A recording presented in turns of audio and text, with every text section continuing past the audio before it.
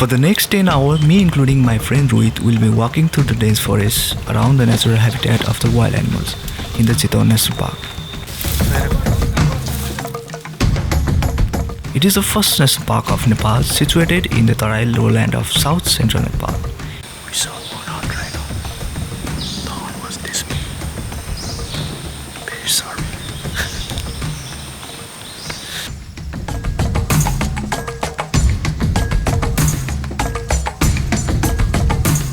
We started the jungle walk by crossing the Rapti river using canoe, safety briefing by our guides, and learning by walking throughout the day.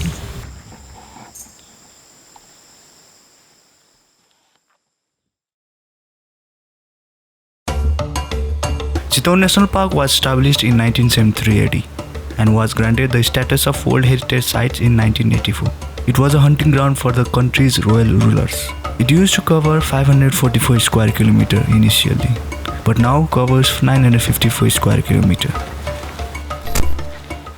हजुरलाई चाहिँ पहिले सर्वप्रथम चाहिँ चितवन राष्ट्रिय उद्यान स्वागत छ। त्यो पूर्वमा चाहिँ पर्सा राष्ट्रिय उद्यानसँग जोडिएको छ।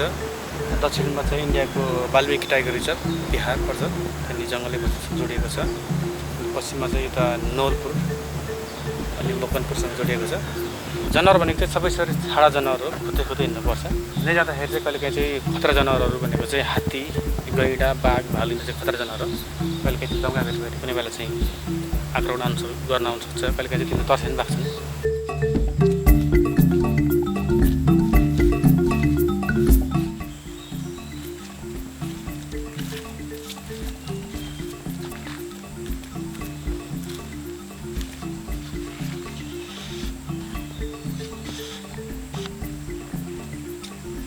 हात्ती भनेको चाहिँ सर ग्रुपमा बस्ने जनावर हो। लगभग यहाँ चाहिँ जङ्गली हात्ती 60-70वटा छ। त्यसमध्येमा चाहिँ भाले हात्तीको नाम तपाईँले सुन्नुभयो होला, धुर्बे हात्ती, रोनाल्डो, गोविन्दे, एकतारे भन्ने हात्तीहरू चाहिँ अलिक यङ छ र अलिकति भनौँ न भौला खालको छ। प्रायः चाहिँ गाउँतिर जान्छ, यता हात्ती प्रजनन केन्द्र छ अनि गाउँतिर निजलतिर पोथी हात्ती पालेको छ। कहिलेकाहीँ चाहिँ उतिर चाहिँ गाउँको छेउछाउमा बस्छन् प्रायः। हात्ती भेटिहाल्यो भने चाहिँ सर लगभग 100 मिटर छ भने हामीले हेर्न सक्छौँ। अनि हात्तीले केही गरेर आक्रमण गर्न आइहाल्यो भने चाहिँ हामीले चाहिँ सर के छ सामान जस्तै कपडाहरू, क्यापहरू, पानी बोतल केही छैन अगाडितिर फाल्ने, त्यसलाई आक्रमण त्यसलाई भनौँ न सुँग्छन्, स्पेलिङ गर्छ। त्यसखेर चाहिँ भाग्ने छ। भाग्दाखेरि चाहिँ यस्तो ओपन ग्राउन्ड नभाग्ने छ, भाग्दाखेरि यस्तो रुखहरू त्यो बाङ्गोटी यस्तो ओपन ग्राउन्डमा एकैछिन भेट्छ हात्ती, एकदम छिटो दौडिन्छ। त्यो रुखहरूले चाहिँ छेक्छ बाङ्गोटी रुखहरू। ती जङ्गली हात्तीहरू चाहिँ एकदम यिनीहरू चाहिँ स्मार्ट हुन्छ भनौँ न, होइन, ब्रिलियन्ट हुन्छ। यो पुलको बाटो हिँड्दाखेरि चाहिँ यो भत्किन्छ भनेर यो अर्को बाटो हिँडेको छ।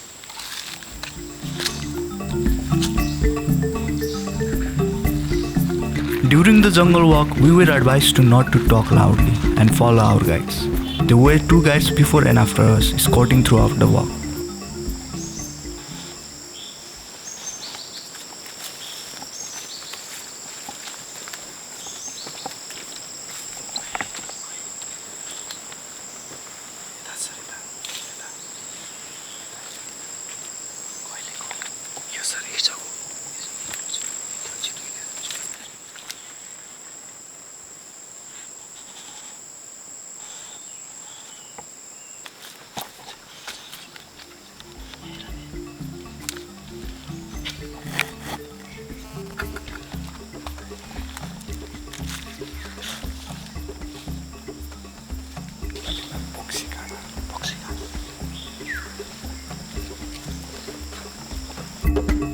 We learned about the animals' behavior, activities, how they survive in the wild, and what to do if we encounter the wild animals.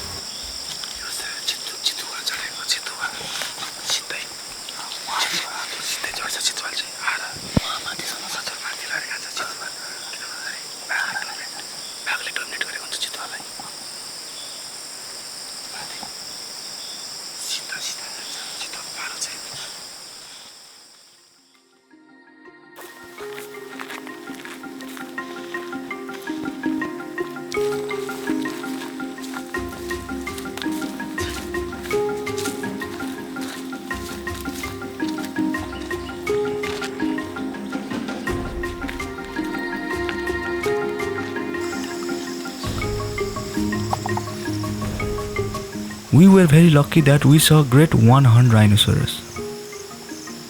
It was so giant and horn was so sharp that one attack is enough to kill us.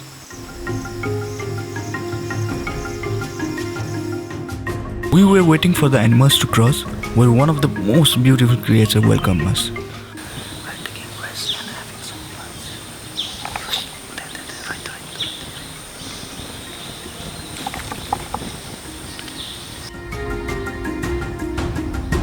It was spotted deer. We were amazed by the fact that deer leaves their smell, told by our guides, which was an unique experience for us. The experience can't be explained in words. It's just mesmerizing. There were various towers where we took breaks and waited for the animal to pass.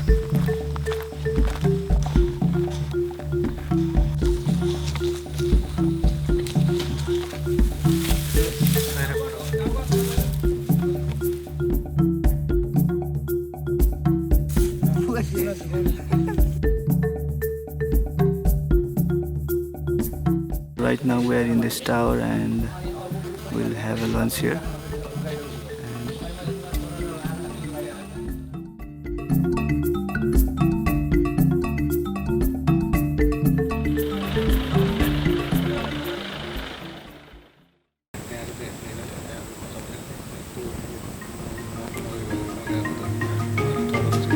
This group encountered sloth bear and was about to attack, which may take their life in a minute.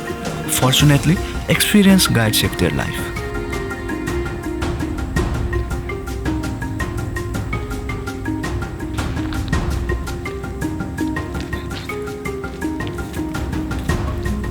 Wild animal attacks when they are with their babies, and there was the reason for that attack.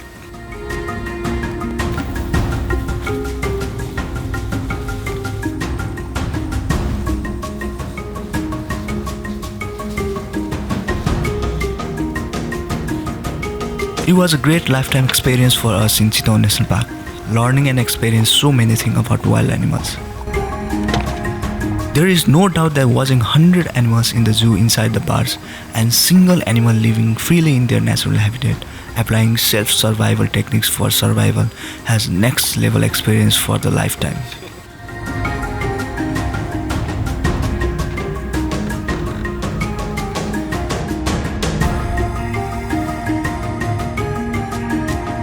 We were farewelled by the beautiful scene of hundreds of spotted deer bathing and drinking water along the Rapti river.